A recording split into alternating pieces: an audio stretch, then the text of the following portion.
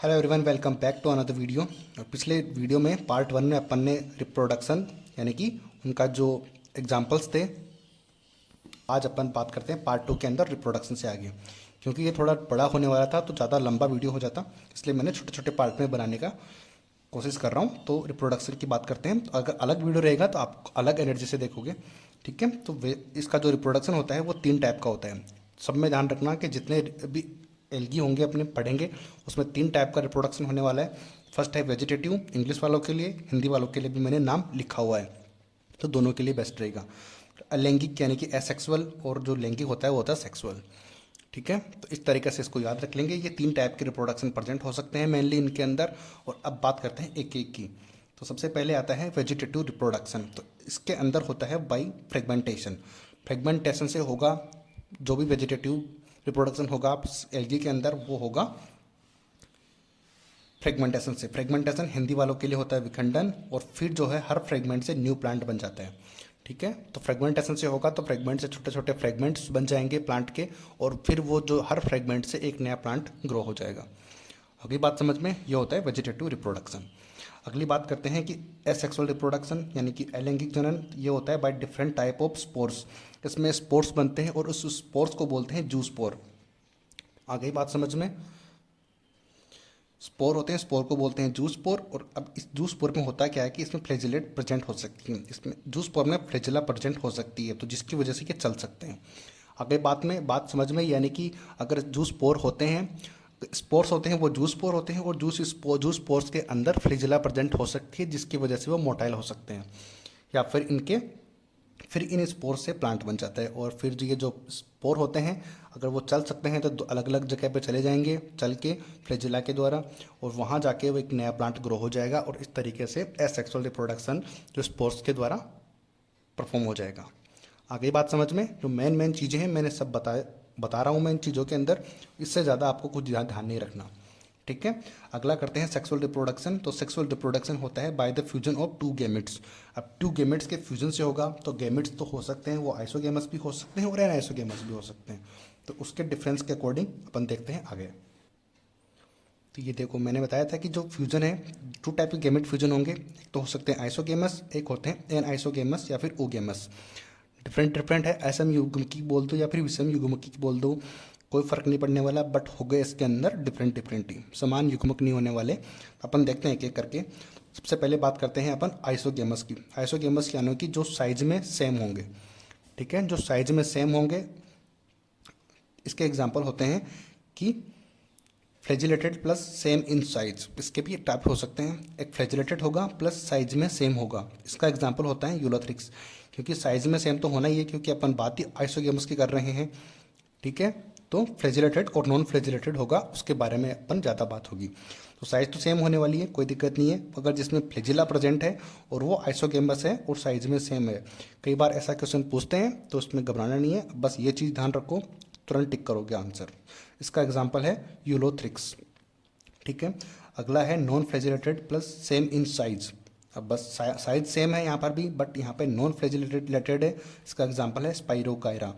तो स्पाइरोगायरा से याद रखेंगे, ये स्नेक होते हैं ना, स्नेक इसी टाइप के तो होते हैं, तो उससे याद रखेंगे स्पाइरोगायरा, तो वो उसमें नॉन फ्लैजिलेटेड होते हैं, ठीक है।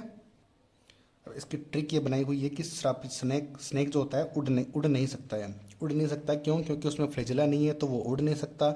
सांप उड़ नहीं सकता तो वो रेंगेगा ही, ठीक है, यानी कि वो उड़ नहीं सकता। बट इसमें फ्लैजिला है तो वो उड़ सकता है, तो यानी कि यूलोथ्रिक्स, ठीक है। इस तरीके से आपको याद रह जाएगा, यानी कि स्पाइरोगायरा जो है अब इसका एग्जाम्पल हो जाएगा non flagellated plus same in size का। अगला होने वाला है आइसोगेमस या फिर अगला होने वाला है एनाइसोगेमस और ooगेमस। इसमें क्या होता है, जो माप में असमान हो, यही होने वाला है। अपने माप में सेम तो पढ़ ही लिया, इधर साइज में सेम, बट इधर साइज में नॉन सेम होंगे, यानी कि असमान होंगे, नॉन सिमिलर होंगे, ठीक है। तो इसकी होती है एग्जाम्पल होते हैं उडुरायना की कुछ स्पीसीज होती हैं, वो होते हैं इसका एग्जाम्पल आइसोगेमस और एनाइसोगेमस का। आगे और मैं बताऊंगा, आपको घबराने की कोई ज़रूरत नहीं है, बट अभी सिर्फ इतना सा ध्यान रखो। आप जितना बताया जा रहा है उतना ध्यान रखो और एनसीईआरटी पढ़ो, सब क्लियर हो जाएगा। इसके एग्जाम्पल हैं यूडोरायना की स्पीसीज के एग्जाम्पल हैं वोल्वॉक्स और फ्यूकस। इसको याद करने का तरीका है कि वॉलीबॉल पर फोकस करो। ट्रिक अपन ने बनाई हुई है हर चीज़ याद करने की, तो घबराना नहीं है, जो भी टफ रहेगा उसकी ट्रिक अपन ज़रूर बताएंगे। तो वॉलीबॉल पर फोकस करो, यानी कि वॉलीबॉल से याद रह जाएगा VO से याद रह जाएगा वॉलवॉक्स, और फोकस से याद रह जाएगा फ्यूकस। आती है बात समझ में? तो इस तरीके से इस चीज़ को ध्यान रखेंगे। अगली बात करते हैं यूजेस की। जो एल्गी का यूजेस बहुत ज़्यादा इंपॉर्टेंट है। मैंने आपको स्टार्टिंग में भी बताया था कि ऑलमोस्ट जो ऑक्सीजन होते हैं वो इंक्रीज करते हैं अपने एनवायरनमेंट में फोटोसिंथेसिस के साथ। तो फर्स्ट जो इसका यूजेस है वो है फोटोसिंथेसिस। तो यहाँ पर फोटोसिंथेसिस में ये करते क्या हैं, बड़ा इंपॉर्टेंट है। देखो लगभग यानी कि ऑलमोस्ट 50% ऑफ टोटल CO2 का फिक्सेशन करते हैं ये। टोटल CO2 का 50% CO2 का फिक्सेशन करते हैं ओनली ये एल्गी अपने। इस तरीके से आप सोचो कि 50% CO2 का स्थिरीकरण करते हैं तो कितनी ऑक्सीजन ये अपने इन्वायरमेंट में इंक्रीज करते हैं। तो हुए ना इंपॉर्टेंट। तो फर्स्ट याद रखने हैं फोटोसिंथेसिस। तो स्टेटमेंट में ये भी पूछ लेंगे कि फोटोसिंथेसिस करते हैं एल्गी, और जिसमें कि कितनी % तक वो CO2 को फिक्सेशन करते हैं। तो ऑलमोस्ट 50%। हर चीज़ को ध्यान रखना, ठीक है। तो अगर फोटोसिंथेसिस करेंगे तो ऑक्सीजन को इंक्रीज करता है एनवायरनमेंट में। आगे अगला यूजेस यही है। इससे अगला बात करते हैं कि primary producer of energy. Energy primary producer होते हैं क्योंकि जलीय प्राणियों का खाद्य चक्रों का आधार है। क्योंकि जो वाटर में एनिमल रहेंगे तो वो क्या खाएंगे, यही खाएंगे या फिर इनका जो वेस्ट मटेरियल है वही खाएंगे, ठीक है। और इन्हीं से वाटर के अंदर ऑक्सीजन भी रहती है, जिसको वो जानवर अंदर जो रहते हैं एनिमल्स वो उसको यूज करते हैं, यूटिलाइज करते हैं। आगे बात समझ में? तो प्राइमरी प्रोड्यूसर तो यही है अंदर। आगे बात समझ में? इस तरीके से इसका थर्ड यूज़ ये होने वाला है। अगला यूज होने वाला है can use as a food source. एड फूड सोर्स के रूप में भी ये यूज हो सकते हैं। आपने जब NCERT पढ़ोगे तब आपको पता लग जाएगा, और अपन आगे भी बात करेंगे कि कौन से जो हैं सेल एल्गी हैं जिनको आप खाने में यूज कर सकते हो। 70% टाइप ऑफ स्पीसीज ऑफ सी। तो जो अपना सी है, समुद्र है, उसकी 70% स्पीसीज जो है इस तरीके के काम करती हैं फूड से रिलेटेड, या फिर 70% से ज़्यादा स्पीसीज जो है अपने शैवाल जो है सी में प्रेजेंट होते हैं।